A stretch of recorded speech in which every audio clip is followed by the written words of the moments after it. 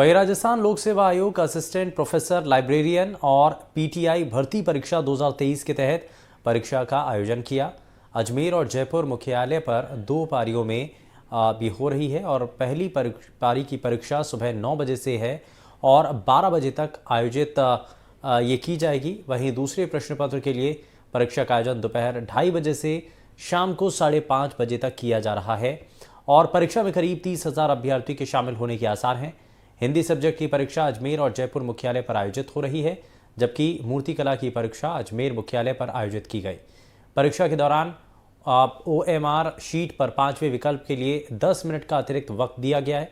प्रश्न पत्र के सवाल का जवाब देने के लिए ओएमआर शीट में 4 की जगह पर 5 विकल्प हैं। किसी भी सवाल का जवाब नहीं देने पर 5वें विकल्प के सर्किल को भरना होगा। परीक्षा के लिए आयोग ने कंट्रोल रूम बनाया है। वहीं हिंदी विषय की परीक्षा में 29,000 से ज़्यादा और मूर्तिकला में करीब 80 अभ्यर्थी परीक्षा शामिल होंगे।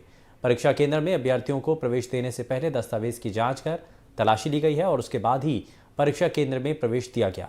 वहीं आयोग ने अभ्यर्थियों से दलाल के बहकावे से बचने की अपील की। यदि कोई परीक्षा में पास कराने के नाम पर रिश्वत की मांग सहित किसी तरह का झांसा देता है तो सबूत सहित आयोग के कंट्रोल रूम नंबर को सूचित करने की गुजारिश की गई है। वहीं परीक्षा में अनुचित साधन अपनाए जाने पर आजीवन कारावास सहित 10 करोड़ तक का जुर्माना और अचल संपत्ति कुर्क की हिदायत दी गई है।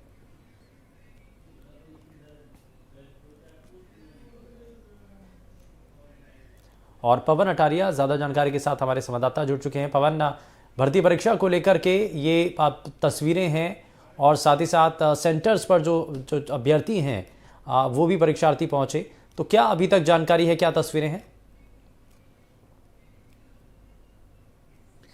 जी बिल्कुल, देखिए शुभेंदु, सुबह 7 बजे से 8 बजे तक सभी परीक्षा केंद्र में अभ्यर्थियों को जांच कर और एंट्री दी गई। उससे पहले हर कैंडिडेट की वीडियोग्राफी कराई गई, जिसमें कैंडिडेट से अपना नाम और रोल नंबर बुलवाया गया। ये सब इसलिए कराया गया क्योंकि अधिकतर परीक्षाओं में डमी कैंडिडेट बैठने का मामला सामने आया है। अब अगर इस परीक्षा में कोई डमी कैंडिडेट सामने आता है तो निश्चित तौर पर उसके लिए यह सबूत काफी होगा कि उसने अपना नाम और रोल नंबर वीडियो के सामने बोला था। यह तो एक सुरक्षा की बात रही। और मैं आपको बता दूं, देखिए दोनों ही परीक्षा में जो मूर्तिकला की परीक्षा है उसमें जो कैंडिडेट है उन्होंने रुचि नहीं ली। उसमें मात्र 25.58% कैंडिडेट उपस्थित रहे और वहीं हिंदी के पेपर की अगर बात करें तो 33.97% कैंडिडेट प्रेजेंट रहे। तो कुल मिलाकर जितने भी कैंडिडेट एब्सेंट रहे वो इस पद के दौड़ से बाहर हो चुके हैं। तो ये जो अभी तक की जो उपस्थिति रिजल्ट था वो मैंने आपको बताया।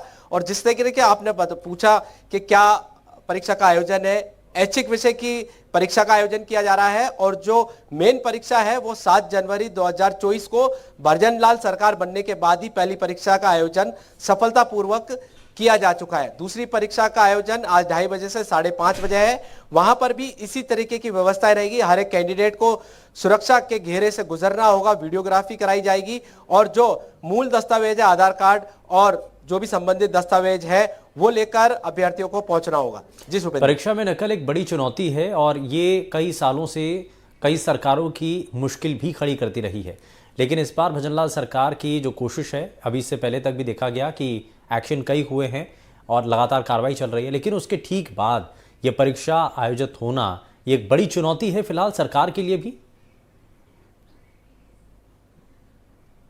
जी शुभेंदु, देखिए आप सही कह रहे हैं। इससे कुछ 2 दिन पहले ही आयोग ने 557 ऐसे कैंडिडेटों की सूची राजस्थान के डीजी, एडीजी, कलेक्टर और एसपी को सौंपी है, जो कि कहीं ना कहीं पूर्व की परीक्षाओं में किसी न किसी तरीके से सम्मिलित है। डमी कैंडिडेट के मामले में हो या नकल के मामले में हो, तो 557 कैंडिडेटों की नाम की सूची सौंपी है और समस्त राजस्थान के जो पुलिस प्रशासन है और प्रशासनिक अधिकारी है उन पर नजर बनाए हुए हैं, क्योंकि वो जो लोग हैं वो अधिकतर ऐसी परीक्षाओं में कहीं ना कहीं खलल पैदा करते हैं।